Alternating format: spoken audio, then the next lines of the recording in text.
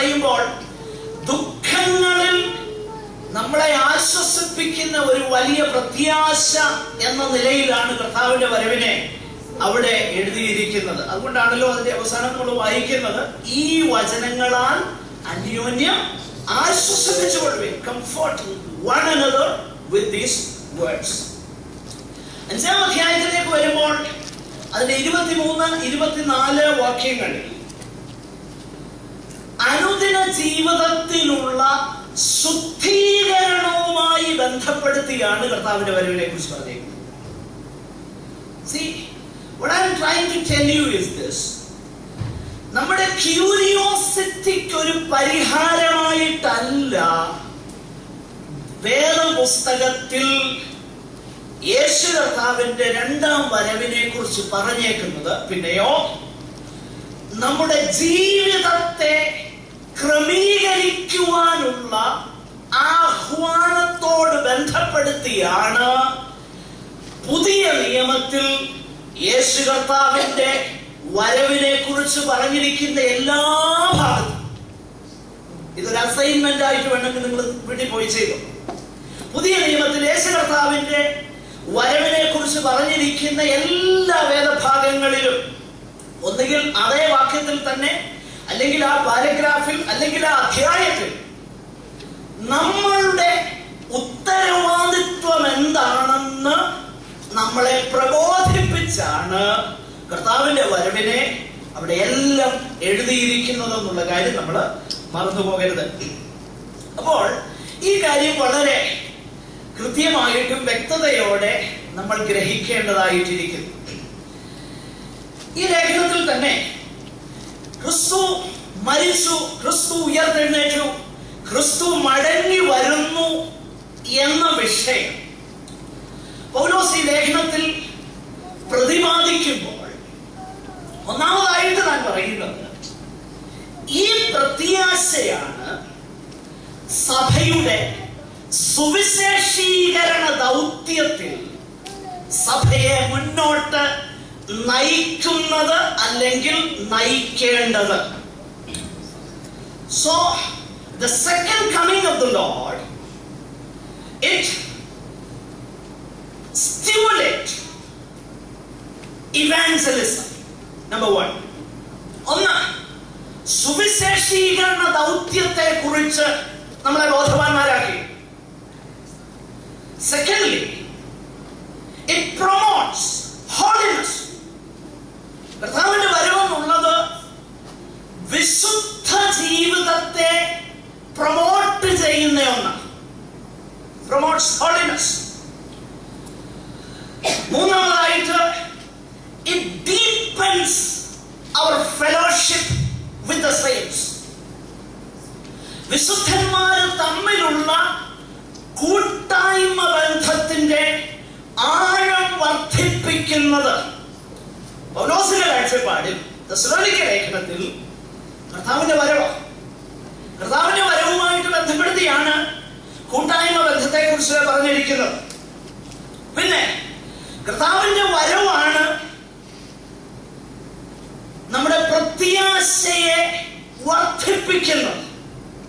അപ്പോൾ ക്രിസ്തു മരിച്ചു, ക്രിസ്തു ഉയർത്തെഴുന്നേറ്റു, ക്രിസ്തു മടങ്ങി വരുന്നു എന്നുള്ള കാര്യം പൗലോസ് തെസ്സലോനിക്ക ലേഖനത്തിൽ വിവരിക്കുമ്പോൾ ഈ പറയപ്പെട്ട വിഷയങ്ങൾക്ക് പ്രാധാന്യം നൽകിയാണ് എഴുതിയിരിക്കുന്നത് എന്ന കാര്യം ഒരിക്കലും മറന്നുപോകരുത്.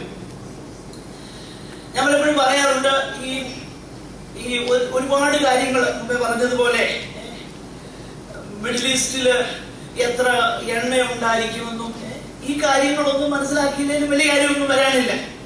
എന്നാൽ അതിനേക്കാളും വലിയ പ്രാധാന്യമുള്ളതാകുന്ന വിഷയം കർത്താവിന്റെ വരവെങ്കിൽ നമ്മൾ എടുക്കപ്പെട്ടില്ലെങ്കിൽ എന്തെല്ലാം മനസ്സിലാക്കിയാലും എന്നാ പ്രയോജനം. അതുകൊണ്ട് കർത്താവിന്റെ വരവിന് വേണ്ടി നമ്മൾ ഒരുങ്ങുക എന്നുള്ള ഒരു എംഫസിസ് ആയിരിക്കും ഈ പഠനത്തിൽ നമ്മൾ നൽകുന്നത്. അത് നമ്മുടെ പ്രായോഗിക ജീവിതവുമായി ബന്ധപ്പെടുത്തി നമ്മൾ അതിനെ ചിന്തിപ്പാനായിട്ട് പോകുകയാണ്. In other words, we are going to focus upon how to live in the light of eternity. നിത്യതയുടെ പശ്ചാത്തലത്തിൽ ഇപ്പോൾ നമ്മുടെ ജീവിതം എങ്ങനെയായിരിക്കും? ഈ കാര്യമാണ് നമ്മൾ പഠിക്കാനായിട്ട് പോകുന്നത്. ഒന്നാമത്തെ ലേഖനത്തെ കുറിച്ച് ഇത്രയും കാര്യങ്ങൾ ഞാൻ പറഞ്ഞല്ലോ. എന്നാൽ രണ്ടാമത്തെ ലേഖനത്തെ കുറിച്ച് ചില കാര്യങ്ങളൂടെ പ്രാരംഭമായിട്ടൊന്ന് പറഞ്ഞിട്ട് നമുക്ക് മറ്റു ചില കാര്യങ്ങളൂടെ ചിന്തിക്കാനായിട്ട് ആഗ്രഹിക്കുന്നു. രണ്ടാമത്തെ ലേഖനവും exclusively all chapters are reserved for the second coming of the Lord Jesus Christ. Paul writes about the glorious appearing of our Lord. അവിടെ അല്പം വ്യത്യാസമുണ്ട്, അത് ഞാൻ പറയാം. എന്നാൽ അതിനു മുൻപ് രണ്ടാമത്തെ ലേഖനത്തിന്റെ ഒന്നാമത്തെ അധ്യായം പറയുന്നത് the revelation of Jesus Christ, the glorious appearance of our Lord Jesus Christ. Titus calls it the blessed, Paul calls it when he writes to Titus, the blessed hope, ഭാഗ്യകരമാകുന്ന പ്രത്യാശ, the blessed hope. നമ്മുടെ വാഴ്ത്തപ്പെട്ടവനാകുന്ന കർത്താവിന്റെ മഹത്വ പ്രത്യക്ഷതയാണ് തെസ്സലോനിക്കരുടെ രണ്ടാമത്തെ ലേഖനം ഒന്നാമത്തെ അധ്യായത്തിന്റെ മുഴുവൻ പ്രതിപാദ്യ വിഷയം. രണ്ടാമത്തെ ചാപ്റ്റർ എന്ന് പറയുന്നത് the rebellion of Antichrist, എതിർ ക്രിസ്തുവിന്റെ ആ ചെറുത്തുനിൽപ്പ് അല്ലെങ്കിൽ അവന്റെ പ്രത്യക്ഷത അതെങ്ങനെയായിരിക്കുമെന്നുള്ള കാര്യമാണ് പൗലോസ് രണ്ടാമത്തെ അധ്യായം 2 തെസ്സലോനിക്കറിൽ പറയുന്നത്. മൂന്നാമത്തെ അധ്യായം അതിന്റെ പ്രായോഗിക വശം. In the light of these things, namely the appearance of our Lord Jesus Christ and the rebellion of the Antichrist, what is our responsibility? കർത്താവ് വെളിപ്പെടാൻ പോകുന്നു, അന്തിക്രിസ്തു വരാൻ പോകുന്നു, നമ്മുടെ ഉത്തരവാദിത്തം. ഈ കാര്യമാണ് മൂന്നാമത്തെ അധ്യായത്തില് പൗലോസ് വിശദീകരിക്കുന്നത്. അത് പറയുമ്പോൾ തന്നെ ഒരു കാര്യം കൂടെ പ്രാരംഭമായിട്ട് ഒന്ന് ക്ലിയർ ചെയ്ത് പോകുവാനായിട്ട് ഞാൻ ആഗ്രഹിക്കുന്നു. തെസ്സലോനിക്കരുടെ രണ്ടാമത്തെ ലേഖനം എഴുതിയത് ആദ്യത്തെ ലേഖനത്തിൽ ഉള്ളതാകുന്ന ചില വിഷയങ്ങൾ തെറ്റായി അവര് ഗ്രഹിച്ചതിനെ ഒന്ന് തിരുത്തുവാനുള്ളതാകുന്ന ആഗ്രഹത്തോടുകൂടെയാണ് പൗലോസ് രണ്ടാമത്തെ ലേഖനം എഴുതുന്നത്. അതായത് അവിടെ ചില തെറ്റായ ചിന്താഗതികളൊക്കെ ഉണ്ടായി. The day of the Lord is already come. കർത്താവിന്റെ വരവ് വന്നു. ഒരു മിനിറ്റ് ആ രണ്ടാമത്തെ ലേഖനത്തിലേക്ക് ഒന്ന് വന്നേ. രണ്ടാമത്തെ ലേഖനം അതിന്റെ 2-ാം അധ്യായം 1-ാം വാക്യം. ഇനി സഹോദരന്മാരെ, നമ്മുടെ കർത്താവായ യേശുക്രിസ്തുവിന്റെ പ്രത്യക്ഷതയും അവന്റെ അടുക്കലുള്ള നമ്മുടെ സമാഗമനവും സംബന്ധിച്ച് ഞങ്ങൾ നിങ്ങളോട് അപേക്ഷിക്കുന്നത്, കർത്താവിന്റെ നാൾ അടുത്തിരിക്കുന്നു എന്ന് വെച്ചാൽ വായിക്കാമോ? കർത്താവിന്റെ നാൾ അടുത്തിരിക്കുന്നു എന്ന് നമ്മൾ വായിച്ചു. എന്നാൽ new international version, somebody please speak.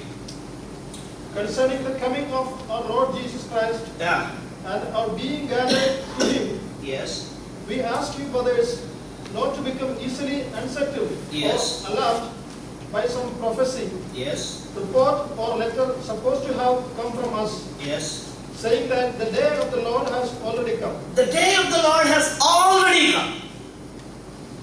കർത്താവിന്റെ നാള് വന്നു കഴിഞ്ഞിരിക്കുന്നു.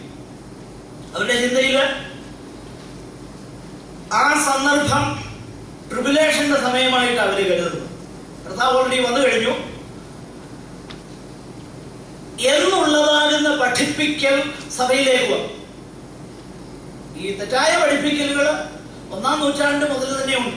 അപ്പോൾ അതിനെ കൗണ്ടർ ചെയ്തുകൊണ്ടാണ് പൗലോസ് രണ്ടാമത്തെ ലേഖനം എഴുതുന്നത്. ഇത് വളരെ പ്രാധാന്യമുള്ള വിഷയമാണ്. എനിവേ, ഈ രണ്ട് ലേഖനങ്ങൾ തമ്മിലുള്ള കർത്താവിന്റെ വരവിനോടുള്ള പ്രധാനപ്പെട്ട വ്യത്യാസം ഞാൻ പെട്ടെന്നൊന്ന് പറഞ്ഞു പോകാം. പിന്നീട് അതിനെക്കുറിച്ച് വിശദീകരിക്കാം. സംശയങ്ങൾ ഉണ്ടെങ്കിൽ നിശ്ചയമായിട്ടും അത് ചോദിക്കാം. ഒന്നാമത്തെ ലേഖനത്തില്